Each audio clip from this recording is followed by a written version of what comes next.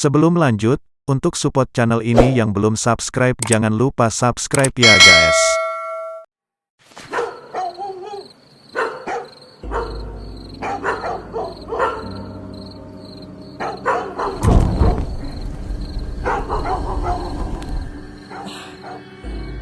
Pak, bangun Pak.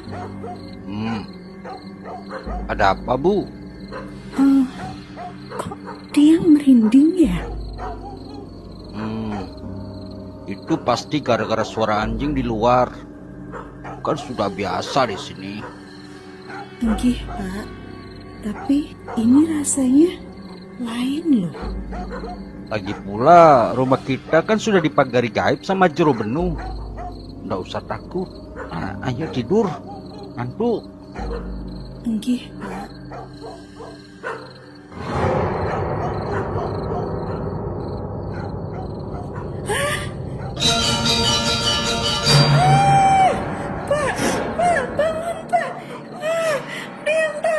Ada apa, Bu? Itu, di jendela itu. Kenapa jendela, Bu? Loh, tadi ada liak Pak. Sumpah. Oh, itu paling perasaan Sida aja. Ayo tidur. Sumpah Pak, apalagi Tiang kan lagi hamil. Mungkin lagi diincar Pak. Keesokan harinya, Pak Agung datang ke rumah jero benuh.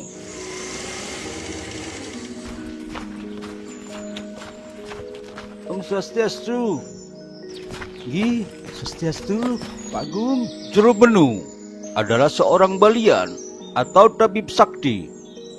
Ia adalah pendatang yang sudah 3 tahun ini tinggal di desa itu.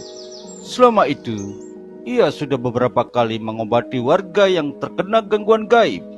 Ia juga memberi jasa membuat pagar gaib rumah-rumah warga untuk melindungi dari serangan ilmu hitam.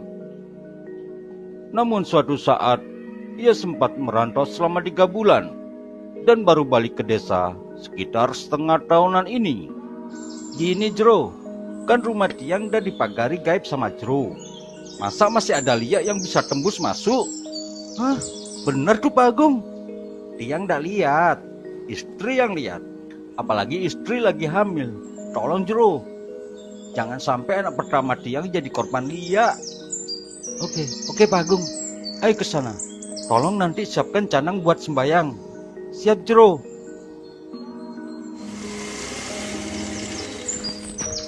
Jero, Om Swastiastu. Suksma sudah datang. Om Swastiastu Bu Kade. Tiang sudah cerita semua ke jero benuh. Sudah, ayo siapkan jamuan buat jero benuh. Enggih Pak. Sudah, ndak usah repot-repot Pak Agung. Sani. Ndak apa-apa. Santai-santai dulu saja Jero.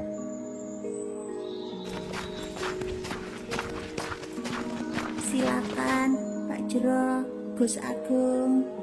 Suksma Mbak. Hah?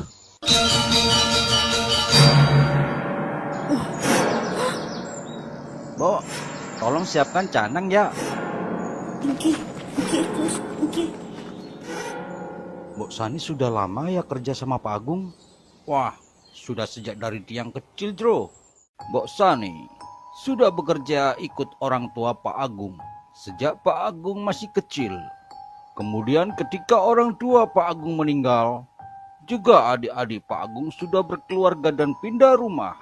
Mbok Sani tetap ikut Pak Agung yang tetap tinggal di rumah peninggalan orang tuanya. Kenapa, Jero? Berarti Mbok Sani sudah tua ya Pak Agung? Ya sekitar 70-an, tapi memang awet muda Jero. Menurut Tiang itu aneh Pak Agung. Percuma saja rumah ini dikasih pagar gaib kalau liaknya itu orang dalam. Jero benuh bilang bahwa baru saja ia merasakan vibrasi dari ilmu leak Mbok Sani. Apalagi umur dan fisik Mbok Sani yang tidak seimbang. Karena ilmu leak bisa membuat pelakunya awet muda. Tenang Pak Agung, biar Tiang yang ngomong sama dia. Singkat cerita, Mbok Sani yang telah setia bersama keluarga Pak Agung akhirnya pergi dari desa itu. Selain karena merasa malu karena ketahuan bahwa ia adalah pelaku liar, ia juga telah diancam oleh Jero Benung. Jika tidak mau pergi, dia akan dilumpuhkan dan akan diumumkan ke seluruh warga desa. Pak Agung, Tiang tahu ini sangat berat, tapi tidak ada pilihan lain. Ini demi keselamatan anak Pak Agung sendiri. Nggih, Jero. Beberapa malam berikutnya, Pak Agung dan istrinya sudah bisa tidur tenang. Hingga pada saat malam bulan mati tiba.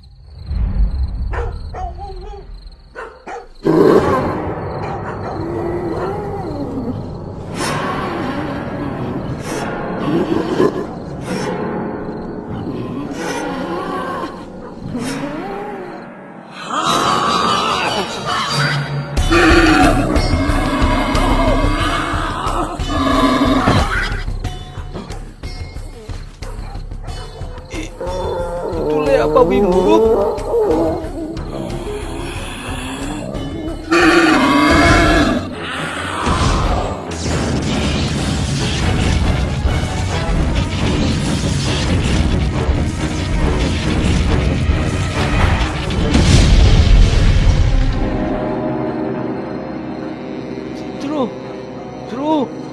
Jero Benung.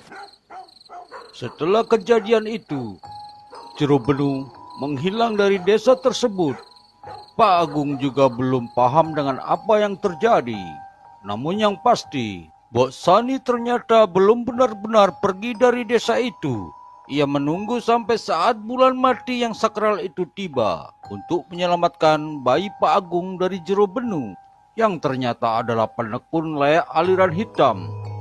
Konon, ketika ia sempat merantau, ia mendapat suatu peristiwa yang membuat dirinya terjerumus menekuni ilmu itu. Dan ketika harus menambah tingkatan ilmunya, ia harus menghisap saripati bayi. Sejak awal, Mbok Sani telah tahu rencana Jero Benung, karena selain ia memergoki api endihnya, ia juga merasakan vibrasi Jero Benung. Namun sayangnya, ketika ia mencoba mengecek keadaan Bukadek, secara tak sengaja ia kepergok. Jero Benung melihat itu sebagai kesempatan untuk menyingkirkan Mbok Sani. Apalagi ia mempunyai reputasi yang baik dan dipercaya di desa itu. Dia, Mbok Sani, adalah jenis yang memakan bunga untuk tetap hidup. Sebenarnya perwujudannya yang seram itu karena terbentuk dari hasratnya untuk melindungi keluarga Pak Agung. Ilmu itu juga tak pernah ia harapkan karena kejatuhan warisan dari leluhurnya. Sejak peristiwa itu, Mbok Sani tidak ada kabar lagi. Ia tak mau kembali lagi ke tempat Pak Agung.